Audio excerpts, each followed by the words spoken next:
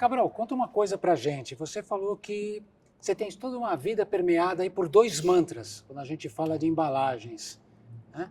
Conta um pouquinho, que mantra é esse tão forte que acaba te dominando e você usa como tônica na tua vida?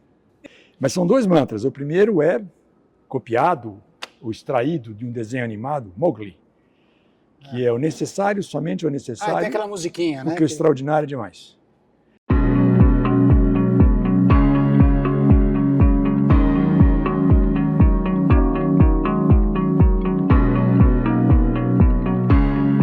Quando eu vejo o cara esse ano lançando um carro 2027, eu quero chorar, né?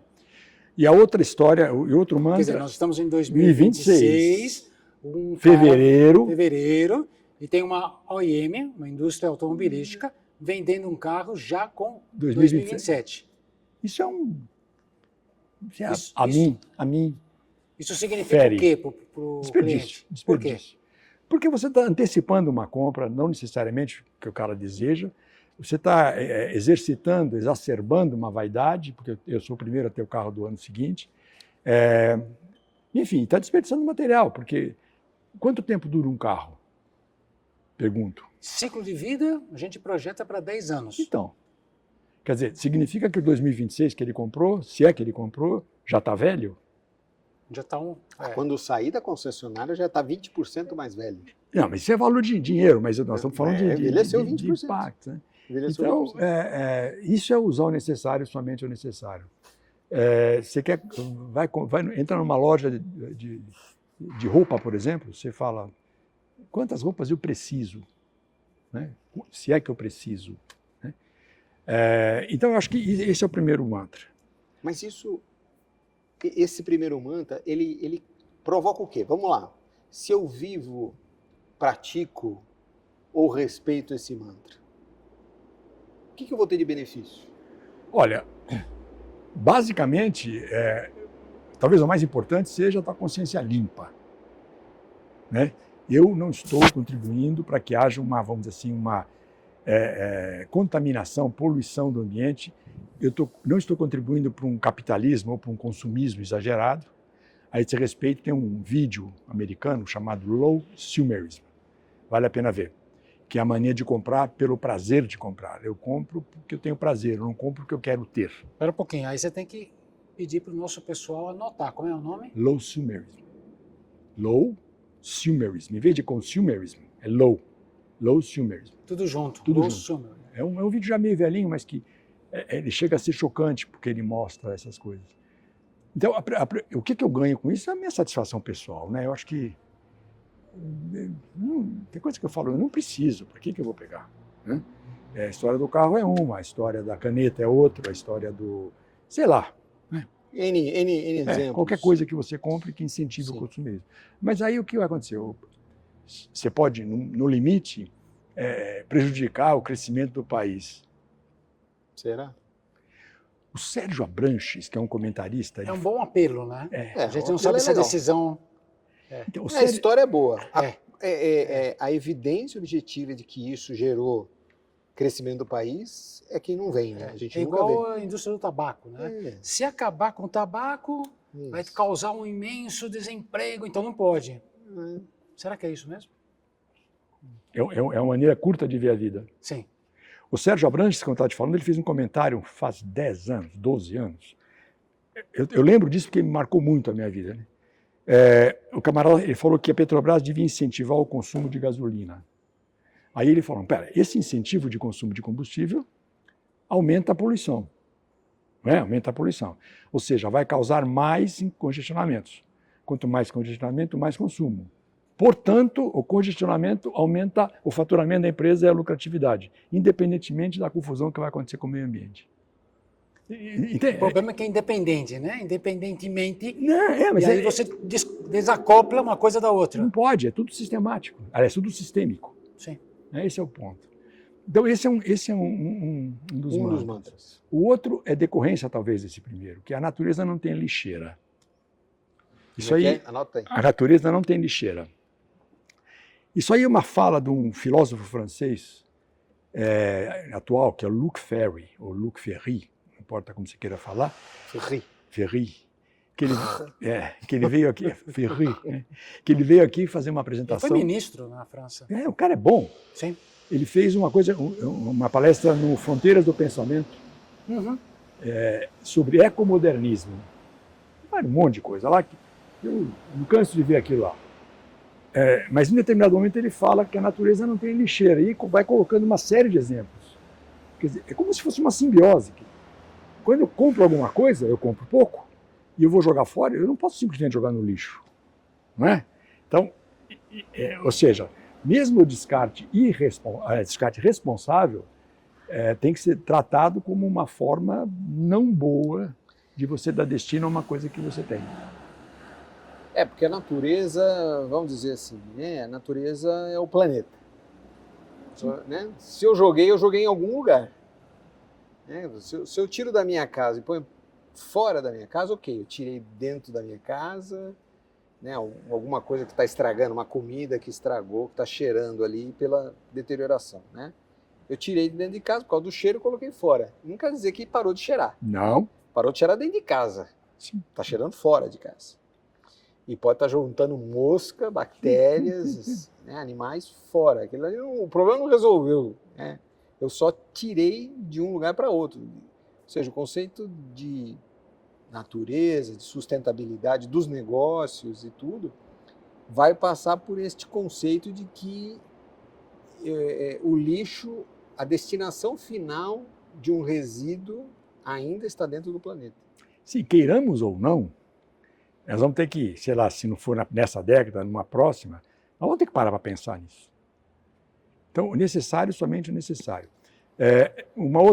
Antes de eu falar do segundo mantra, se me lembra, se eu esquecer, saiu agora, faz uma semana, 2, até uma notícia no Estadão sobre o estado da disponibilidade de água no mundo.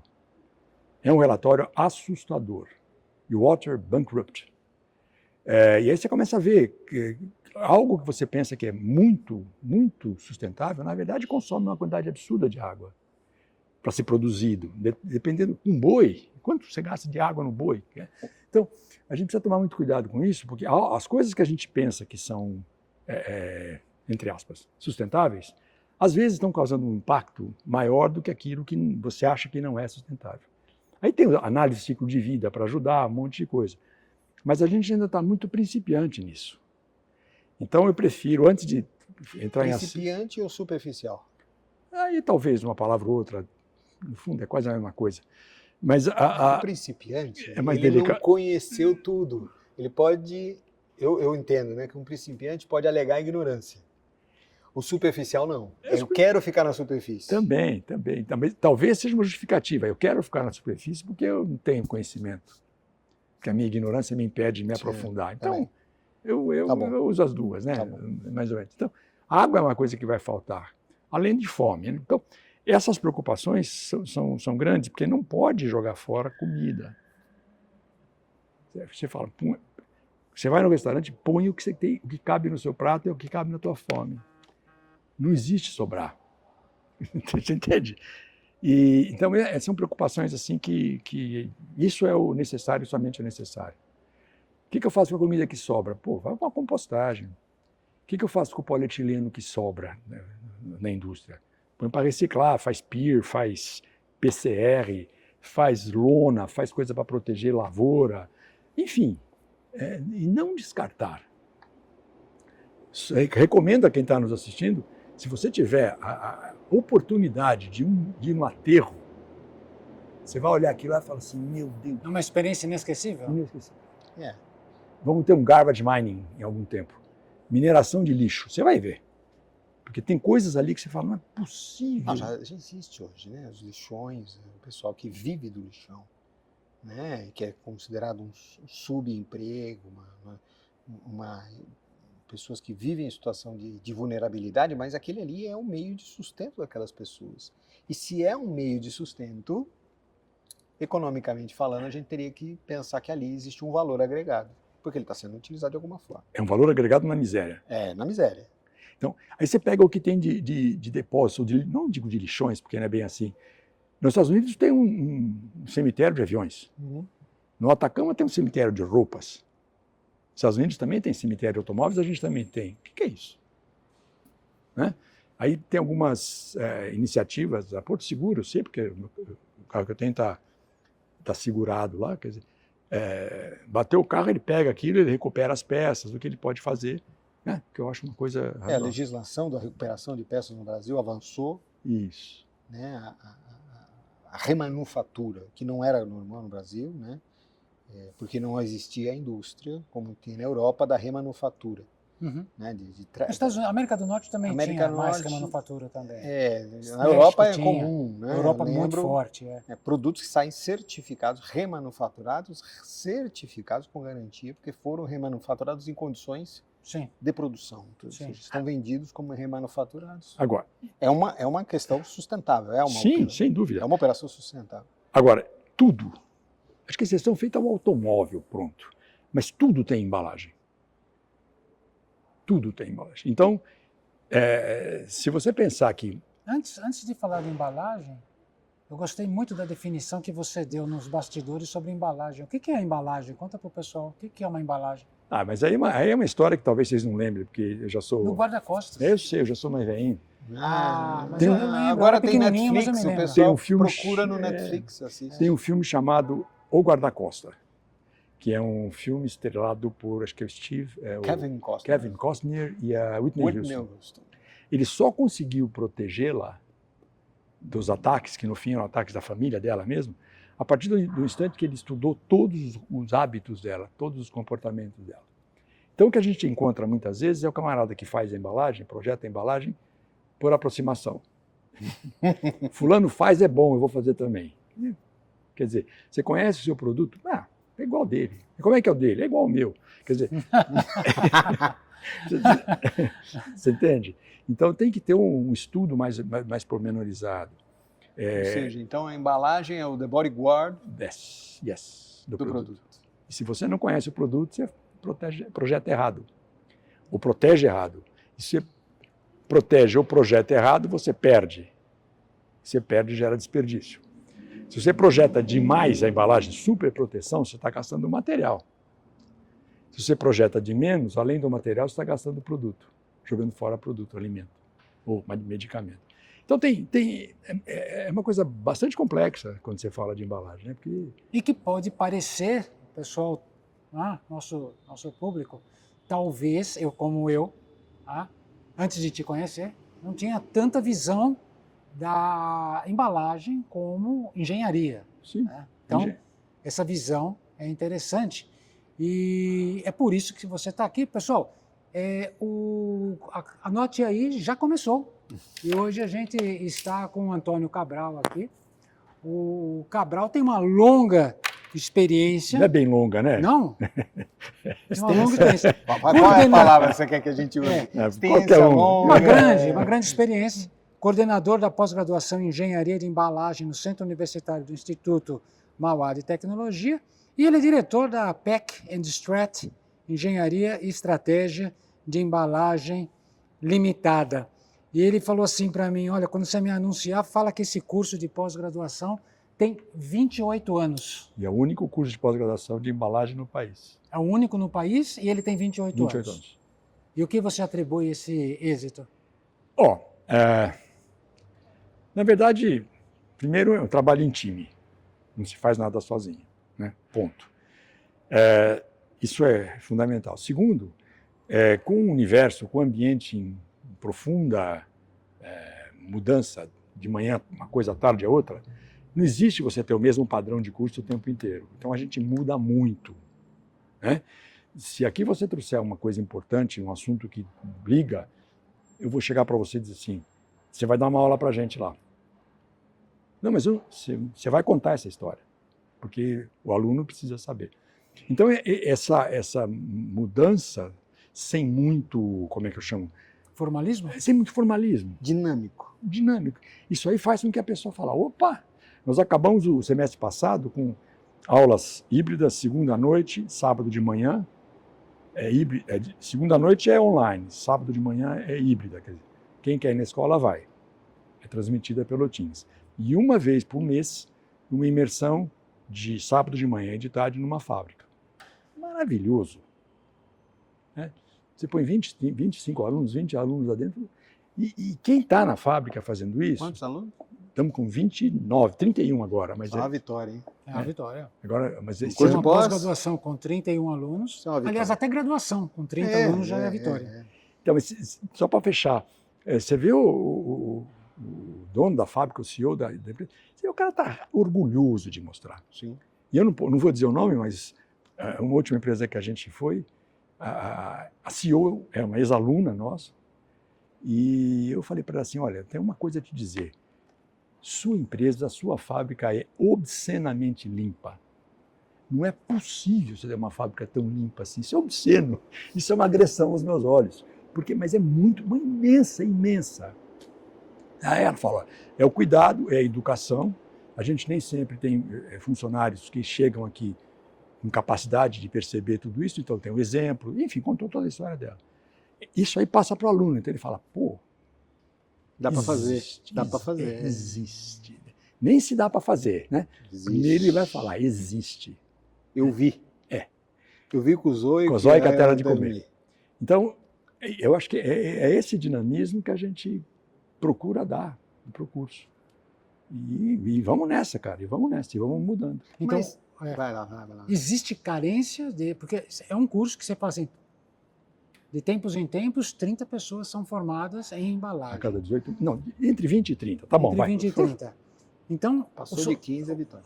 O mundo precisa, a sociedade precisa de engenharias, de engenheiros de embalagem. Existe essa demanda. Especialistas. Eu prefiro especialistas. Porque... Pode ser administrador que está fazendo pós-graduação. Porque às vezes o camarada fala, eu não fiz engenharia, mas eu falo, meu amigo, você tem 20 anos de experiência nisso. Vem aqui ajudar a formar, fazer rede. Mas vem aqui, a gente não vai criar confusão por isso. Né? Eu acho que isso acaba chamando. Tem pessoas que sabem muito. Você olha para o cara e fala, meu Deus, esse cara é muito bom. Né? Agora, a respeito da falta de profissionais, uma outra empresa, o cara me ligou faz o quê? Um ano e pouco. Tenho 60 vagas, olha o tamanho da empresa dele. 60 vagas e não consigo preencher. Que tipo de vaga? Gestor. Todo tipo? Todo tipo, mas é mais do operador para cima. Ok. De encarregado para cima. Né? Falei, por que você não promove as pessoas? Ele falou, porque eu vou ficar com 120 falhas. Porque eu vou pegar os 60 que eu vou promover, vou ter que treinar. E vai deixar 60 vagos. Então eu vou... Não quero. Me ajuda a trazer 60. Ele conseguiu, acho que uns 20. Mas promoveu mais alguns, reorganizou o quadro e tal. Mas uma empresa grande, né? Para ter 60 vagas.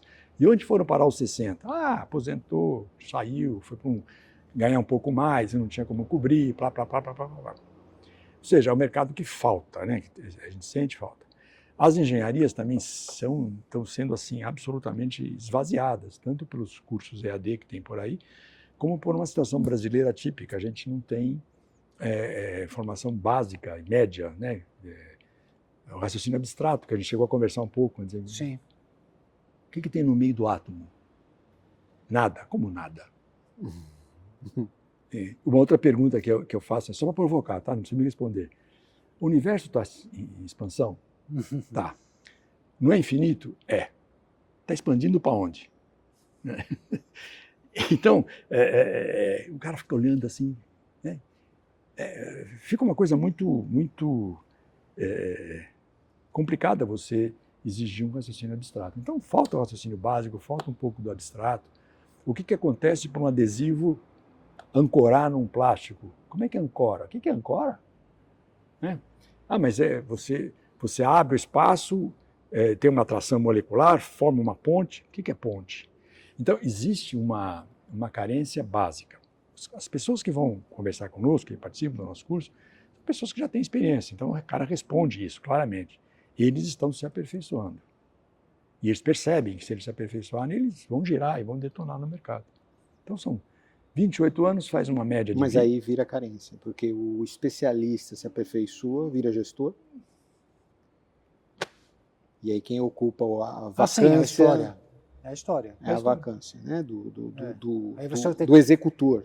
né? Você vai Ou ter que ter seja, uma operação. o operacional. Você vai perder a operação, alguém com algumas habilidades, porque Porque ele foi eu visitei promovido. uma empresa do amigo meu em São José dos Campos, de injeção plástica, e ele me levou na ferramentaria.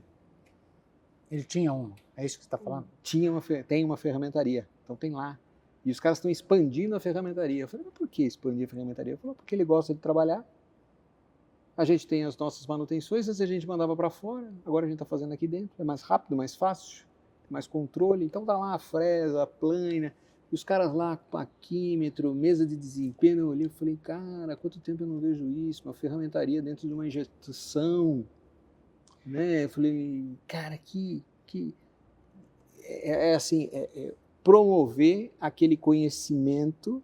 Porque os caras estavam ali, eu falei, como o meu começo, 37 anos atrás, que eu descia na ferramentaria, e estava lá o gerente da ferramentaria, deitado em cima do desenho, com o ferramenteiro ali, o fresador, o torneiro, discutindo como é que eles iam transformar aquele desenho numa peça. Eles estavam debatendo ali. Eu chegava, eles olhavam para mim e falavam, você desenhou errado isso aqui. Eles me criticavam, falavam, você desenhou errado. Desenhei mesmo, né? Eu quieto, subia e desenhava de novo. Então eu vi aquela cena, quer dizer, de gente que está ali suja, né, com a mão cheia de graxa ali e tal, não sei o quê, mas que está aplicando um conhecimento muito específico ali, né? Ou seja, se ele está falando de embalagem ou de ferramentaria, não importa, né? É o que nós estamos falando, de conhecimento. Fazer cálculo, conhecer como é que funciona o átomo, a molécula, os elétrons, o efeito, o que é estática, o que é magnetismo, né? E assim sucessivamente. Né? E eu vou recorrer primeiro a Maquiavel, depois a um general que foi da ditadura, não vou dizer nem o nome dele, mas o que tinha de igual entre os dois era que o conhecimento é a melhor forma de poder. Você até imagina quem falou isso? As eminências pardas da história. Você percebe que se o camarada conhece, e nesse momento eu recorro a um livrinho chamado Sistema de Desenvolvimento de Produto da Toyota, que eles têm um engenheiro-chefe. Você sabe, que é um camarada que cresceu em Y e eu usava isso como exemplo para os alunos. Esse cara conhece o Toyota Camry como ninguém no mundo. Ele sabe que se tiver 2 libras a menos no pneu da direita durante 2, 3 meses, vai desequilibrar a pinceleta da grampola do não sei o que a porta vai entortar. Então esse cara sabe tudo do carro. Ah, mas e se tirar o carro de linha? Esse cara sabe tanto de carro que ele fatalmente vai aprender de outro carro. Você não pode jogar fora um cara desse. E tentando falar da ferramentaria, eu visitei uma empresa de embalagem tempos atrás e esse jeito que a gente tem assim de conversar, muito informal, aí sabe que você está olhando assim na fábrica, você vê ali, tinha um cidadão meio, como se fala, encostado na mesa assim, né? Camisa aberta aqui um pouquinho, pelinho branco, cabelo branco. E eu conheci o dono da fábrica, falei, pô, discretamente, como um elefante, né? Palito de dente estava no canto da boca. Aí eu falei para ele, o seu turnover aqui é baixo, né? Ele falou, não, você está falando daquele cara lá, deixa ele quieto. O último palpite dele salvou meu faturamento de 1 ano. Deixa ele quietinho. Deixa ele ali olhando. Ele é o repositório de conhecimento que eu tenho. Eu não posso perder aquele cara. Eu pago para ele ficar aqui olhando. Sim. Então, é essa história que eu acho que a gente não pode desprezar. E hoje, né, com a busca por engenheiros e outras pessoas um pouco mais técnicas, a gente sente falta. Né? Quer dizer, escuta, falta o camarada que conhece um pouco do basicão. E muito engenheiro que se forma hoje vai para banco. Quer dizer, aí você fala... Que é um mercado atrativo. Total. Né? Não tem graxa, não tem sujeira, não tem barulho. Tem muita maquininha para simular. Ar-condicionado. Ar-condicionado. Carpete. E paga bem. Até 35, 40 anos. Depois tem downsizing. Tem PDV. Tem PDV. Não é downsize, é right size. Go away. Get out. Como é que é? Evolução da inteligência artificial. Que é outra história maluca também. Né? Então, voltando aqui para os nossos mantras, né? Você viu como você começa a pensar sobre o necessário, somente o necessário? Como você, né? Não pode levar no extremo. Né? Você vai aprender cálculo? Vou, mas o que eu preciso para passar na prova? Não é assim, né? Porque aí é o necessário, somente o necessário, né? Isso não vale. Digo, é coisa de dentro para fora, né? Gastar dinheiro, né? Ou comprar coisa. Então, isso aí para mim é essencial. E a outra essencial é você prestar atenção no que você joga fora. Tem um episódio na Mauá que é muito legal. Nós estávamos almoçando na cantina e nós estávamos em 3 pessoas, 3 da engenharia de produção, e aí apareceu uma outra pessoa. Vem cá, vem almoçar aqui, tal. Não pode falar de trabalho na hora do almoço, tá? É só bobagem, só dar risada, se divertir, porque é hora do almoço, né? Então a gente acabou de almoçar, levantamos, eu olhei para as 4 bandejas e falei, você devia fazer engenharia civil, viu? O cara, por quê? Porque os nossos pratos estão limpos, o seu tem 20% de desperdício. O cara ficou muito bravo comigo. Muito bravo, né? Não, você não faz engenharia civil? Não estou dizendo, eu estou brincando, eu tenho um filho em engenharia civil e é por isso que eu estou dizendo a você. Então, é esse o conceito. Eu vou subir 2 vezes e eu vou pegar. Para que eu vou pegar 2 pãezinhos? Eu posso pegar um, depois eu vou buscar outro. Ah, mas dá trabalho. E quando a gente transfere isso para a engenharia de embalagem, né? Quando a gente traz esses mantras, e aí você colocou, né, a embalagem é o guarda-costas do produto, e eu vou projetar uma embalagem. Eu trabalhei na indústria automotiva, na área de reposição, e o desafio da reposição é a peça chegar inteira na mão do mecânico, da fábrica até o mecânico, passando pela distribuição, transporte, loja de autopeça, abre, olha, né, e tem que chegar na mão do mecânico em perfeito estado. Farol, lanterna, coisas desse tipo, né? Como é que eu levo o mantra do desperdício, do fazer o essencial necessário, mas eu levo isso para dentro da engenharia? Então, você de forma prática, de forma técnica. Você falou do farol, né? Você tem que conhecer o ciclo dele inteiro, não o ciclo de vida, a cadeia produtiva. O que acontece? Né? Não, eu sei que é assim. Não, você foi ver, você sabe como é que funciona, e aí você faz as proteções que você julga necessárias, né? E sem deixar de projetar, utilizar um material que seja, no mínimo, reaproveitado no fundo, reciclado no fundo, ou reaproveitado, traz ele de volta para mim. Uma das coisas mais marcantes da minha vida, faz muitos anos que isso aconteceu, quando a Schweppes veio para o Brasil, década de 80, eu estava na Bung, e eu participei da montagem. Então eu ainda tenho, né? Foi 2 anos, mas ainda tenho um apreço muito grande pela marca. Mas é aquelas coisas de paixão que você, né? Inexplicável. E uma vez eu vi uma fotografia do lixão, e aquele amarelão da embalagem no lixão. Eu olhei aquilo, falei, não é possível, né? Ninguém se preocupar com isso, quer dizer, a marca ali, né? Está no lixo. No lixo. Quer dizer, caramba, custa caro trazer de volta. Eu sei que custa caro, mas que tal a gente montar um esquema qualquer? Né? Isso para mim é o que dói, né? O profissional de embalagem que adora o que faz. É isso aí. E nessa época você já estava em embalagem? Já, eu estou em embalagem desde 1975. O que te colocou na embalagem? Quem que te empacotou nesse negócio? Vamos lá. Desde né? 70 para cá, empacotou. Vamos lá. Está embrulhado, né? Como é que você chegou nessa? Bom, vamos lá. Eu fiz colégio técnico. Uhum. Eu diria que a escola da minha vida foi um colégio técnico, que tinha uma aliança tríplice entre governo, Ródia e Associação Comercial de Campinas. Aula o dia inteiro, equipamentos o tempo inteiro, estágio com 15 anos. Né? E fui petroleiro 3 anos. Petroleiro mesmo, de trabalhar em laboratório, noturno, tá. Quando eu saí da Petrobras, eu falei, eu vou sair da Petrobras sem ter um emprego. Mas eu aprendi que tudo é sistêmico. Né? Foi aí que comecei a aprender. Sistema. Não existe nada isolado. Né? E aí apareceu uma oportunidade assim, estamos procurando alguém para trabalhar aqui em embalagem, o cara tem que pensar mais ou menos assim, eu me candidatei. E deu certo. Né? E foi paixão à primeira vista. Foi a profissão que te escolheu? Sim. Porque eu começava a fazer aquilo, ó, isso eu não gosto, caramba, não vai sobrar nada, isso eu não gosto. Ele está parecendo o professor Clóvis de Barros. Isso. Que ele falou, chega num determinado momento e ele fala, só sirvo para dar aula. Eu só sirvo para isso. Eu quero uma coisa que me deixe... E aí foi legal, porque a partir da embalagem, a embalagem me fez conhecer o mundo, pelo menos o mundo ocidental, me fez pilotar empilhadeira, subir em torre, o que mais? Andar em navio, visitar porão de navio, carregar caminhão. Porque eu acho que a embalagem tem um forte caráter sistêmico. É isso aí. Porque ela entra em tudo quanto É isso aí.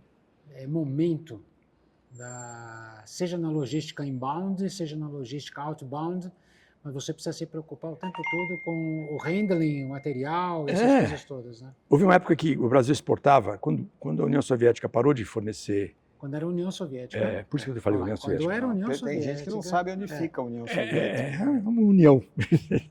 Quando eles estavam se quebrando e pararam de fornecer gordura, manteiga para Cuba, Cuba fazia aquele belo sorvete que tinha, eu não conheço, mas falava-se bem, a Bunge ofereceu uma alternativa que era um ácido graxo C12, né, láurico, que tinha uma consistência muito parecida com a da manteiga.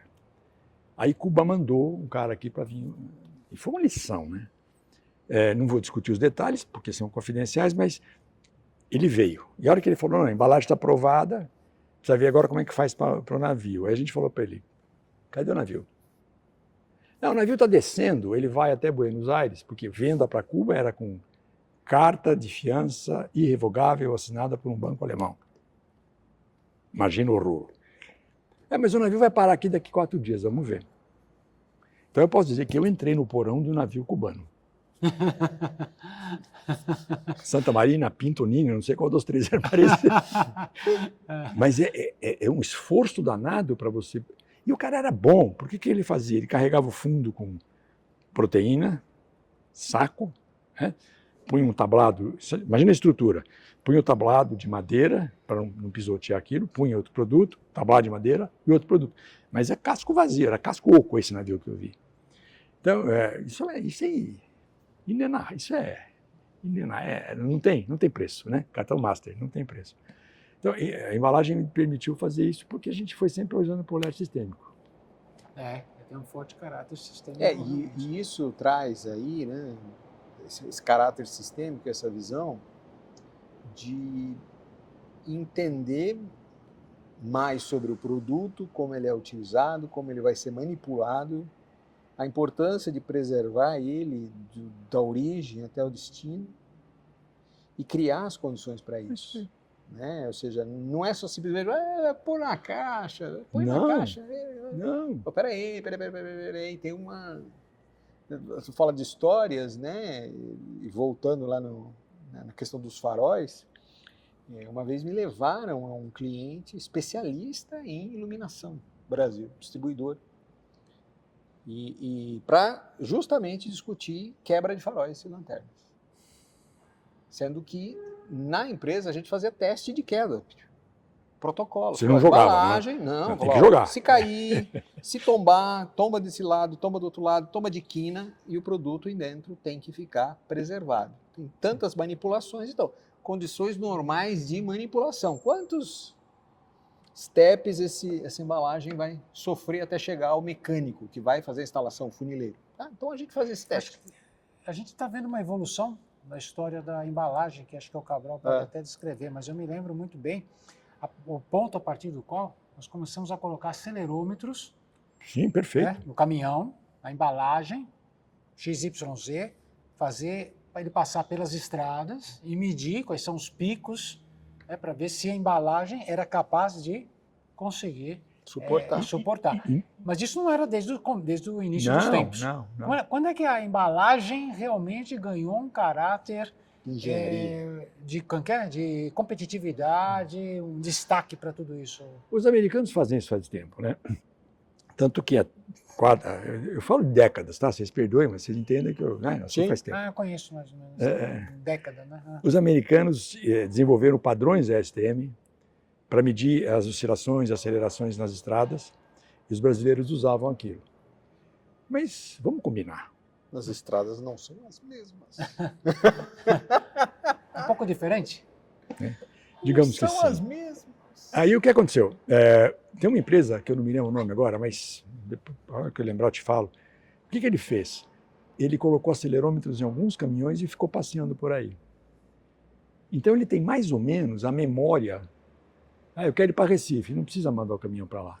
Já tem a história. Tenho aqui. E ele tem um chacoalhômetro, né? Que é fechado. Você quer que eu ponha umidade relativa elevada? Reproduz. Eu ponho. Você quer que eu ponha baixa É um temperatura? hidropulsador, ele faz... Fechadinho, uma Sim. cama. Mas eu não consigo botar um pallet lá dentro. Não precisa. Você me dá 4 caixas, eu pego um pedaço da sua amarração, 5, 6, empilho, né? Amarro, se quiser que amarrar, se não amarro, e solto. E fica chacoalhando. E vê o que acontece. Isso que acontece. E aí, Isso a partir de quando? faz uns 10, 15 anos. É recente. E o cara tem uma instalação assim que eu olho e falo, caramba, como é que esse cara tem isso? Como é que ele viu isso? Como é que ele vislumbrou isso?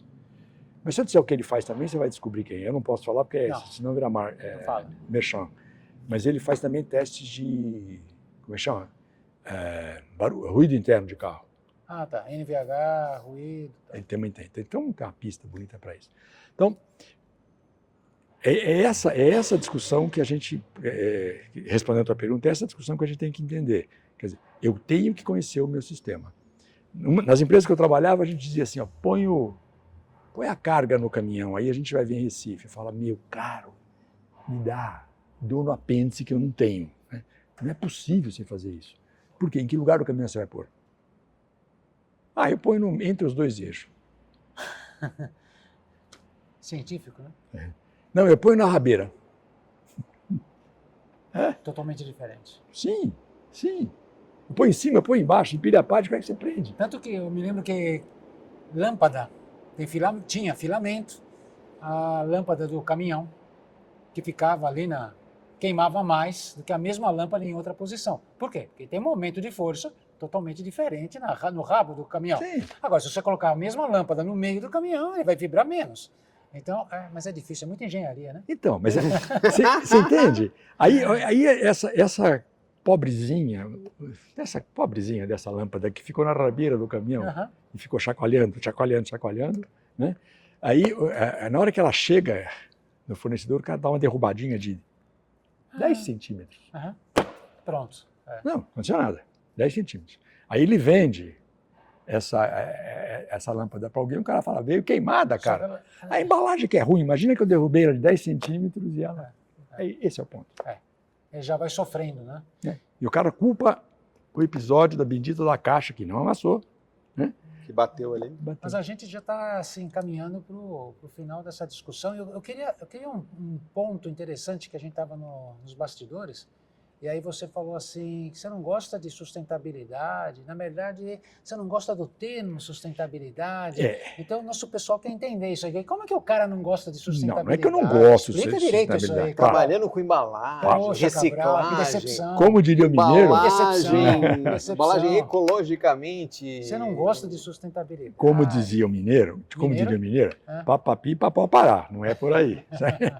Quer dizer o seguinte, eu acho que o termo sustentabilidade tem sido usado de uma forma equivocada. Porque, isso é legal. É a Boa segunda vez discussão. que a gente ouve isso. porque sustentabilidade tem 3 pilares. E se você tirar um deles... E a gente tem falado de sustentabilidade, a gente tem olhado só no Quais são os ambiental. 3? Financeiro, social e ambiental. E a gente olha só o ambiental. Então é um banquinho com um pé só, cara, não segura. Né? E por que eu fico preocupado com isso? Eu prefiro responsabilidade ambiental, que é você pegar esse pilar, dar uma dimensão maior para ele e deixá-lo restrito ao ambiente. Porque o que pode acontecer é o seguinte, quando você olha o financeiro, vamos reduzir custo. Aí já começa a ficar bravo. Mas quando você olha o social, aí me deixa doido, porque o que nós estamos fazendo? Nós estamos com unidades de triagem, nós estamos com catadores, né, que tem o seu ganha-pão nisso, né, e aí, sem conotação política nenhuma, mas não é justo. Né? Não é justo que você alimente, vamos dizer assim, a unidade de triagem, onde o camarada fica revirando o lixo para separar o que é polietileno o que é PET. Não é que não é certo, né? Não é justo, no meu ponto de vista. É certo, porque a sobrevivência dele, meu palmas, está vivendo. Né? Se amanhã ou depois a gente ficar numa pindaíba, nós vamos fazer a mesma coisa. Sim. Eu vou dirigir Uber, eu vou... Sim. Dane-se, né? Sim. Não importa se eu sou engenheiro ou não. Sim. Né? Então, eu acho que isso é o lado bonito da história. Agora, o lado feio é que a gente está usando isso. Né? Como uma outra empresa aí que falou, eu vou fazer essa embalagem com plásticos capturados do oceano. Pelo amor de Deus! O que eu entendo com isso? Pode jogar que eu vou buscar. É horroroso um negócio desse. Né? Quando, na verdade, eu deveria ter como é que eu acabo com o plástico no oceano. Né? Isso, vamos educar as pessoas, vamos fazer isso. E aí eu vou entrar em outros assuntos que a gente pode discutir com alguma outra oportunidade. Na verdade, o que você está trazendo, né, eu posso resolver problemas, né, mas essa solução, muitas das vezes a gente pode estar colocando como solução definitiva, na verdade ela é uma contenção, ela deveria ser só uma contenção, como você falou do plástico do oceano. Olha, eu vou recolher e fazer reciclagem de plástico coletado do oceano, mas isso é contenção, é para diminuir a poluição dos oceanos, não é a solução é outra. Então, mas não tem uma informação nessas 2, 3 propagandas que eu vi que diga, olha, como muita gente jogou de forma errada, eu vou buscar para ajudar a limpar, muda. Entendeu? A mensagem que você está passando é outra. Ó, espero que não tenha mais, tá? Isso. Uhum. Contenção. Eu vou buscar porque é minha colaboração como uma marca famosa, blá, blá, blá, blá, blá, blá, blá. Eu estou ajudando vocês a limpar o ambiente. A questão de atitude, né? Sim. A abordagem, a atitude, totalmente diferente, Sim, né? sim. Eu concordo. Essa questão E isso é responsabilidade ambiental. interessante porque nós tivemos um outro episódio onde realmente outra pessoa, com outra formação, mas também engajada em todas essas questões aí, mencionou mesmo. coisa parecidíssima com você. Então, a gente vai percebendo que conversando com as pessoas, o assunto está ganhando massa crítica. Isso é muito importante, Sim, porque sim. as pessoas estão começando a pensar igual, de forma inteligente, separadamente e no mesmo sentido. Essa é a maneira com que a gente pode mudar a sociedade, o que nós podemos fazer para mudar a sociedade. Claro que nós não somos, não temos esse poder todo, mas pelo menos a gente percebe que as pessoas estão pensando da mesma forma, certo? E pensa uma coisa. A reflexão está reverberando. Exatamente. Quando a gente começa a conversar, se a gente conversasse com 2, 3 pessoas que têm um convívio próximo, é natural que as ideias sejam um pouco mais compatíveis. Mas quando a gente começa a conversar e os assuntos estão alinhados, estão colimando para o mesmo ponto, fala, uau, isso está querendo Então, pensa uma coisa. Estamos chegando lá. Que estamos no ponto, mas só para um último ponto. Quando acabou a Segunda Guerra, né, nunca mais vai ter guerra, vamos viver bem. Sim. Vamos viver bem. O mundo é bom, que delícia, em paz. Vamos gastar dinheiro, vamos consumir, vamos viver. Pronto. Baby boom. Yes, eu sou um baby boomer. Eu sou um dos últimos. E aí o que aconteceu? Vamos consumir. É verdade. Então, desde 1950, só para fazer a conta certa, até 2020, que depois teve a pandemia, não sei o quê, são 70 anos de consumo. Né? Como diz o Carlos Nobre, que é um ambientalista, né? Cientista de ambiente, né? Ele é legal. Ele costuma dizer assim, numa fala dele, cada ano que você causa impacto, você vai precisar de 2, 3 ou 4 para recuperar. Então faz a conta. Se você precisar de 2, 70, se precisar de 1, vai. Você precisa de 70 para recuperar. Eu não vou ver, você não vai ver. O que acontece é que o que eu percebo é que há um certo conformismo idiota, perdoe a palavra. Não adianta, o mundo se ajeita. Porque eu não vou ver. Eu não vou estar aqui, né? Então, essa é a questão. Eu não vou estar aqui, então por que eu vou me preocupar? Essa bituca lógica. Aqui no bituca de cigarro pela janela, ou o papel de bala pela janela, por isso eu estou gerando emprego pro gari. Sim, já escutei também. Já ouviu essa daí, não? Sim. E vou acelerar bastante o carro, porque acelera aumenta o PIB. Acelera e aumenta o PIB? Pô, que A maravilha. Petrobras produz mais. Sim, entendi. Claro, faz todo sentido. Mas, Tá bom. Legal. ironias à parte. Né? É isso. Muito obrigado, Cabral, Eu que quero por vindo aqui com a gente. Eu que Seu quero tempo, generosidade. Na sua empresa, você presta quais os tipos de Então, ajuda ao pessoal? Sim. primeiro, antes de falar da minha empresa, eu quero realmente agradecer essa oportunidade que vocês me deram de uma conversa gostosa, franca, né? E sem censuras. Muito obrigado. Eu posso expressar a minha opinião. Aqui, esse é o nosso papel. fundamento. É, Um lugar diferente e a liberdade. Gostou dos carrinhos? Olha para trás. maravilhoso. Aí, Eu vi. Só tomar cuidado para não fazer merchandising, mas fora isso, eu acho que a gente tem muito obrigado por isso. A minha empresa, eu estou com ela faz também 20, 28 anos? Não, 20. Ela tem 30 e poucos. 30 e mas poucos anos. O pessoal fala que depois dos 2 anos de existência de uma empresa é uma vitória. É uma 30, vitória. então eu vou falar que é uma Já fui lucro conquista. presumido, agora eu sou simples, estou vendo o que vai acontecer. A gente não fatura muito dinheiro, mas é. E a nossa preocupação é otimização do sistema de embalagem. Perfeito. Esse é o mantra. Mantra não pode, mas é o logo. Outro mantra? Não é mantra, é o... É indiana. Não, Mote. É o bem mote. indiano. É o mote. É um mote. Eu É falei, indiano, eu pensei em mote e falei mantra. É um mote. Então, a gente faz, eu costumo dizer, redução de custo por adição de valor no sistema. É preciso mudar o que está escrito ali. Mas a ideia é isso. Pede pro chat GPT, ele reescreve para você esse mote aí. Eu já pensei. Eu até uso o chat GPT, mas ele ajuda nessas coisas. Mas é naquela história que você escreve uma carta. Não, você ajuda, depois revisa. Não falei para aceitar o que ele escreveu. Não, eu faço- ajuda e depois revisa. Eu faço de vez em quando algumas perícias, né? Então eu escrevo o primeiro parágrafo é essencial, né? Você escreve o primeiro parágrafo sem colocar o meu nome. Aí eu peço assim pro chat, por favor, dê uma opinião. Aí o cara, tá bom, tá não sei o quê, blá, blá, blá. Você quer que eu altere isso? Quer que eu altere isso para uma conversa? Quer isso aqui? Quer um negócio judicial? Eu falo judicial, ele muda inteiro. Aí eu pego um pouco. Ele é muito volúvel. Eu pego um troço daqui, um troço dali. E um amigo meu falou que perguntou pro chat quanta história colocou como personagem o nome dele mesmo. Né? Aí veio a história, faleceu. Uau! Porra, O cara Me ficou... matou. não estou sabendo. Né? Mas muito obrigado, eu agradeço. Se alguém demais. precisar de alguma ajuda, alguma colaboração na questão de embalagens, é só te procurar Pode isso. procurar. Você tem o meu celular, você A pode. gente vai colocar. Colocamos. E o site é Colocamos aqui o site da sua empresa. www.paxtrat.com.br. Ok, e a gente coloca lá e a maneira como que a gente pode retribuir sua gentileza. hoje Generosidade Você já de vir me- falar conosco. Obrigado E pela- com Um prazer. quem nos está nos ouvindo também a esse momento. É. agora. aqui. E não esqueça de compartilhar, dar Compartilhar, like. O que mais tem que dar fazer? like, é isso aí. Quem chegou até aqui teve paciência, interesse Aprendeu muito também, e né? aprender. Chegou até aqui é o que a gente pede. Compartilhe, curta, indique para os amigos, para os inimigos, quem for, Pra mãe, pro pai. para o pai, para o avô, para o tio. Nós estamos aqui trazendo reflexão, pensamentos, não estamos trazendo verdade nenhuma, o que a gente quer provocar reflexão. A gente quer provocar que cada um pratique o ato de pensar.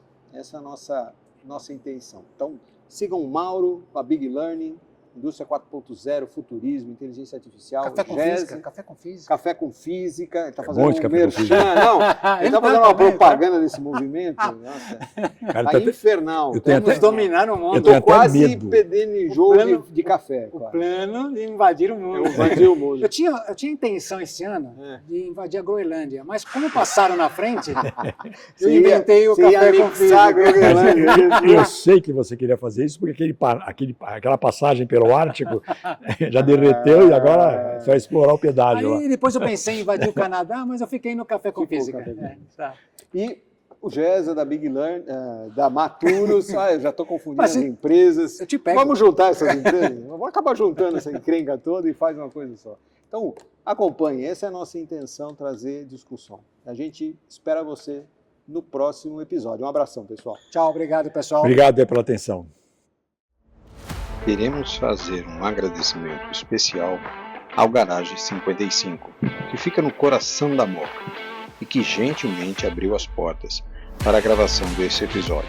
Nosso muito obrigado a toda a equipe pela parceria e confiança. O espaço é verdadeiro ponto de encontro. carros clássicos impressionantes, gastronomia de qualidade, boliche, área kids, atrações e ambientes temáticos que misturam entretenimento, cultura e experiência para todas as idades. Se você quer um programa diferente, com a família ou amigos, também vale muito a visita. O espaço é completo, acolhedor e surpreendente. E temos uma novidade importante para você, ouvinte, anote aí. Se sua empresa deseja realizar um evento corporativo, reunião estratégica ou confraternização em um ambiente fora do óbvio, você pode usar o código promocional exclusivo do podcast, que está aqui na descrição e aparece na tela, e ter acesso a condições especiais e exclusivas. Não perca! Entre em contato com eles e comece a organizar agora o seu evento. O link para as informações está na descrição. Conheça o Garage 55, agende sua visita e viva essa experiência.